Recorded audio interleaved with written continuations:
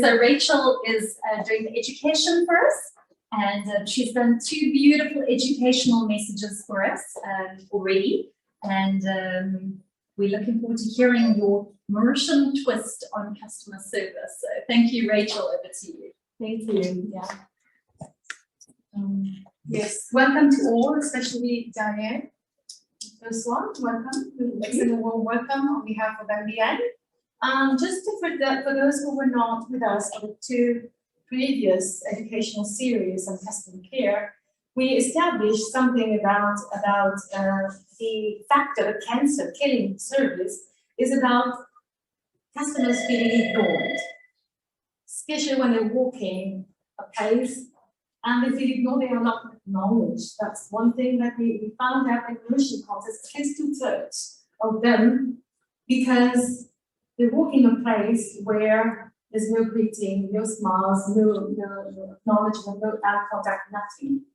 So that's what is killing service in Mauritius. The second thing we did about 2 days ago on International Women's Day, we talked about a philosophy about catching people doing things right. It is about not finding just the faults in people, but also, I mean, I ask the question bluntly: do your staff, your workforce, do they do things wrong or not? So why not say it? When they do things right, when they are on time, let's say. When they are late, then you're going to reprimand them. But when they have come on time, and being on time is punctuality, and punctuality is a virtue. You see, it's a strength on that on the person. So today we are going to look after measurement today. I think it's important. The app tells you about measurement. We're going to measure customer satisfaction or dissatisfaction, because it's important. What gets measured gets done. So we need to keep track of that. So here, can you just please? Yeah. So this is something very, very basic, down to earth. It's like when you take the hotel ratings, you've got customer care is one thing is about feelings as well. What does that customer, what does he feel, or what does she feel? He or she walks away from your frontline. So we take that rating about, you see, that's a question of he is super happy. That's what we call customer delight. It's beyond expectations. This is the customer is satisfied, he's happy.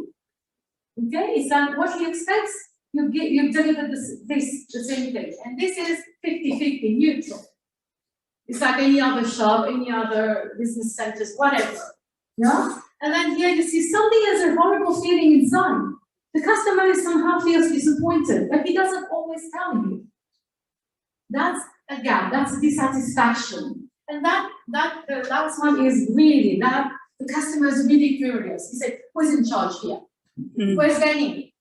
Okay, yeah, who's in charge here? Who is your boss? And that is because the customer is going to say verbally and with a lot of anger and a lot of animosity. That's customer complaints, actually. So one thing is about if the customer feels good when he walks away from your business.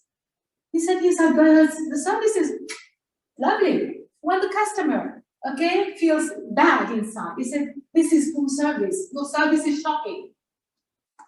So it's one thing is about feelings, but the other thing,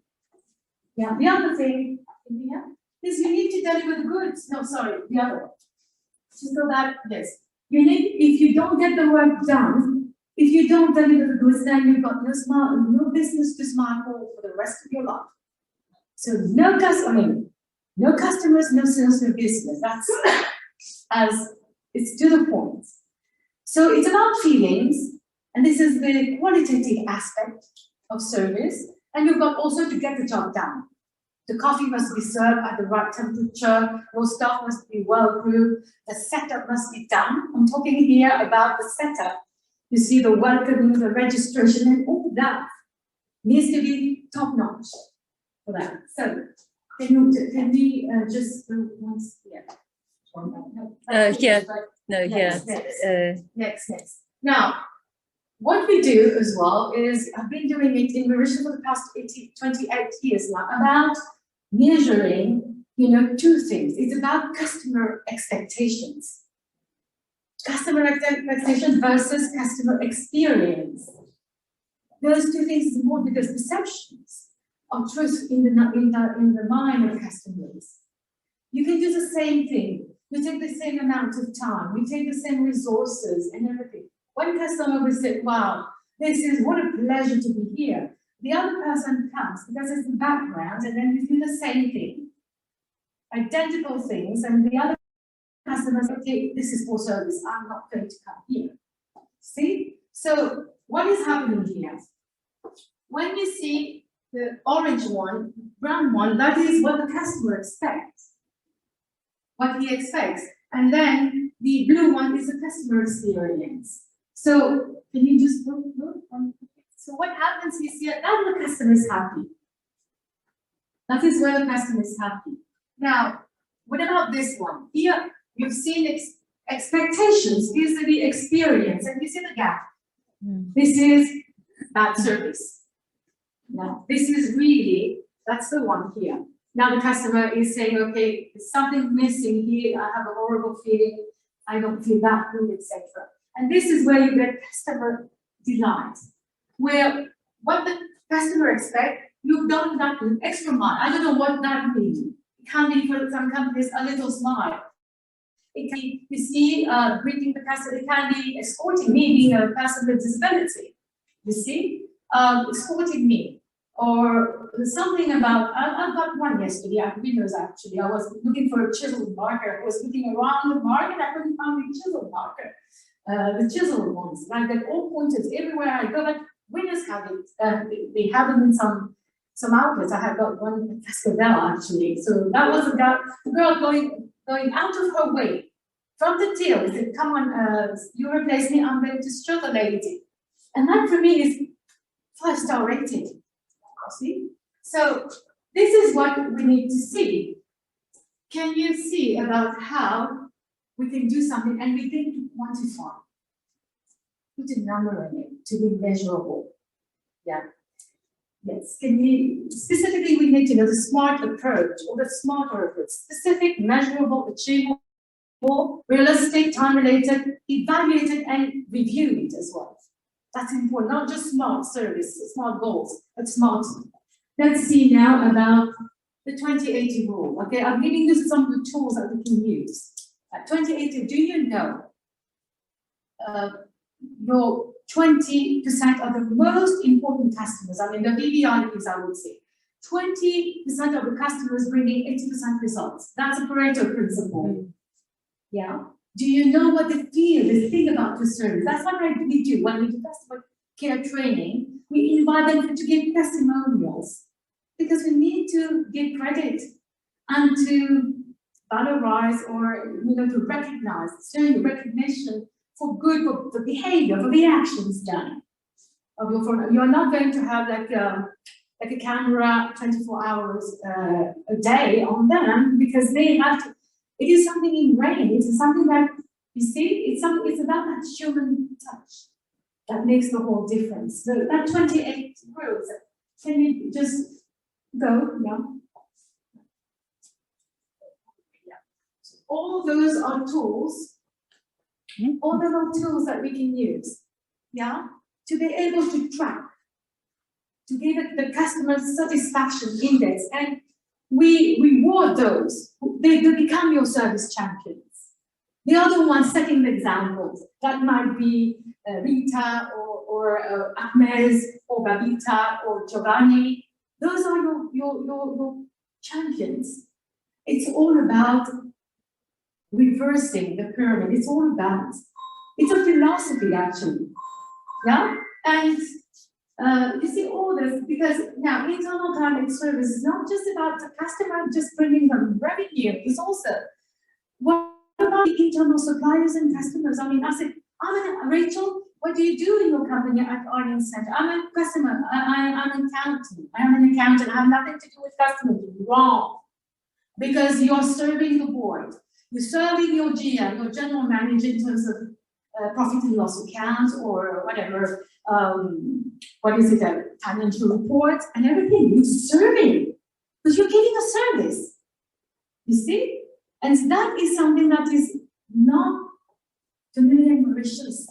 We just don't think about just the frontliners. We call it les exécutants. Les exécutants, they're all the frontliners here. It's not them. But what about people at the back of the office, at the back door? I mean, not the front, but the back. But the people also, because we all play a role as customer and supplier. How you as leaders of your business supporting or serving your frontliners? Yes, you're serving them with decisions, with answers. You see, without somebody with maybe coming and helping out because there's a customer complaining in front of them. How are you giving that support? Yeah. So then you've got the training comes after. The training, the reinforcement, because they need to get ownership. That is something that's really missing, yeah. And that's it. And let's see. So we talked about the service recovery, just to link it out for the ratings there. And we'd like to, with the permission, the authorization of Denise being the founder of Merchants Business Network Group, we would like to host a one-day customer service, not training, but creating and supporting a service culture.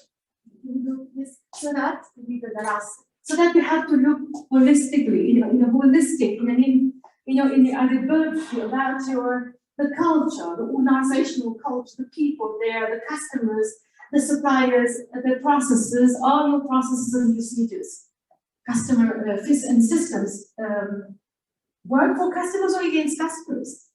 This is all that we need to analyze, and also the leadership there about you being the brain, the brain of you directing, being customer focused. Or you see this quality, the quality approach that we need, and quality products and services are delivered by quality people. That's what we want to do, and we want to measure.